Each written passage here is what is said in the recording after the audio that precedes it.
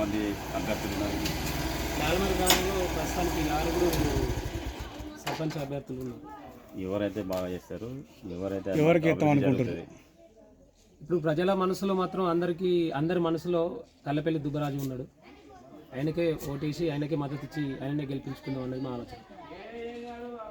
మరి వాళ్ళు కూడా అంటే చాలా ఆయన చేసిన పనులు మంచి పనులు చాలా ఉన్నాయి.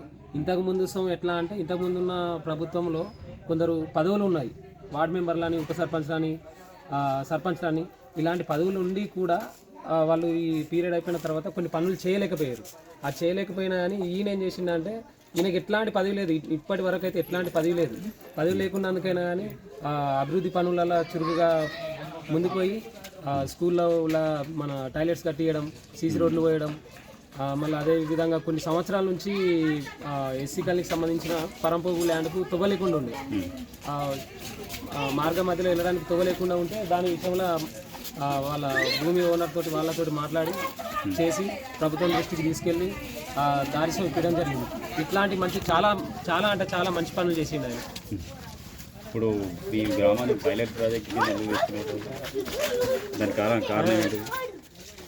ఇప్పుడు లాల్మర్రి గ్రామాన్ని మంత్రి గారికి ఎట్లా అంటే గ్రామం పైన మంత్రి గారికి కొంచెం రాజు తరపున సత్సంబంధాలు చాలా బాగున్నాయి. దాని దృష్టిలో మాకు అన్ని శిథిలావస్థలకు వచ్చినాయి. ఈ ఉద్దేశంతో మేము వెళ్ళి రాజుని తీసుకొని మంత్రి గారి దగ్గరికి వెళ్ళడంతో సార్ అనుకూలించి శాంక్షన్ చేశారు పల్లె ప్రాజెక్ట్.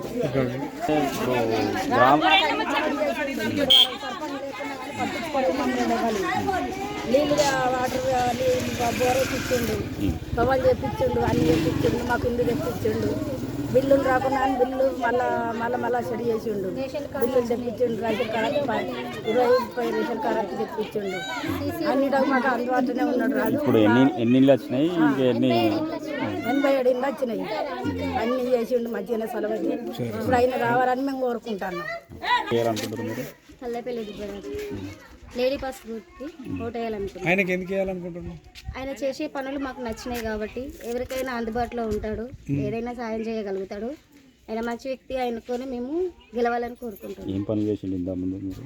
సిసి రోడ్లు వేయించిండు, బోర్లు వేయించిండు, మైసీ కాలనీ ఇంటింటికి నీళ్లు సరఫరా వచ్చేటట్టు చూసుకున్నాడు. చాలా పనులు చేసిండు, మాకు నచ్చింది. ఇల్లులు శాంక్షన్ అయినాయి. మాకు ఇందిరమ్మ ఇల్లు వచ్చింది, మేము కూడా ఇల్లు కట్టుకున్నాం.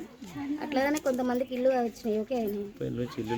మాకు ఇల్లు వచ్చింది, 30 నుంచి ఇల్లు లేదు ఇందిరమ్మ ఇల్లు. మాకు ఇప్పుడు ఇల్లు శాంక్షన్ అయింది, మేము కట్టుకున్నాం.